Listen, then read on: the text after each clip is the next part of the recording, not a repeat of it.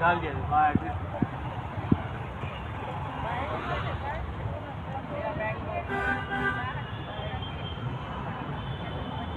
शिक्षक संघटना आणि BSc धारक सर्व उर्दू शिक्षक यांच्या वतीने इथे आजपासून बेमुदत उपोषण होता।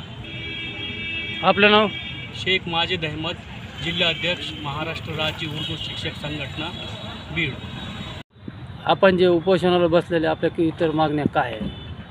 आमची मागणी आहे इथे BSc धारक इथे उर्दू शिक्षक बसलेले आहे,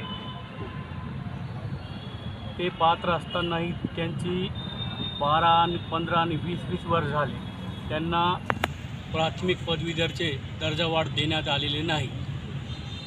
तसेच इथे 2 महिने झाले, 1 महिने झाला मराठी माध्यमाला इथे बोलून सेवा ज्येष्ठा यादी तयार करून उर्दू आणि मराठी या दोघांची सेवा ज्येष्ठा यादी तयार करून फक्त मराठी माध्यमाला दर्जावाढ देण्यात आलेला आहे। इथे उर्दू माध्यमाला वगळून त्यांच्यावर अन्याय केलेला आहे। आमची मागणी हेच आहे की मराठीप्रमाणे उर्दू शिक्षकांनाही न्याय देण्यात यावा आणि त्यांना दर्जावाढ देण्यात यावा।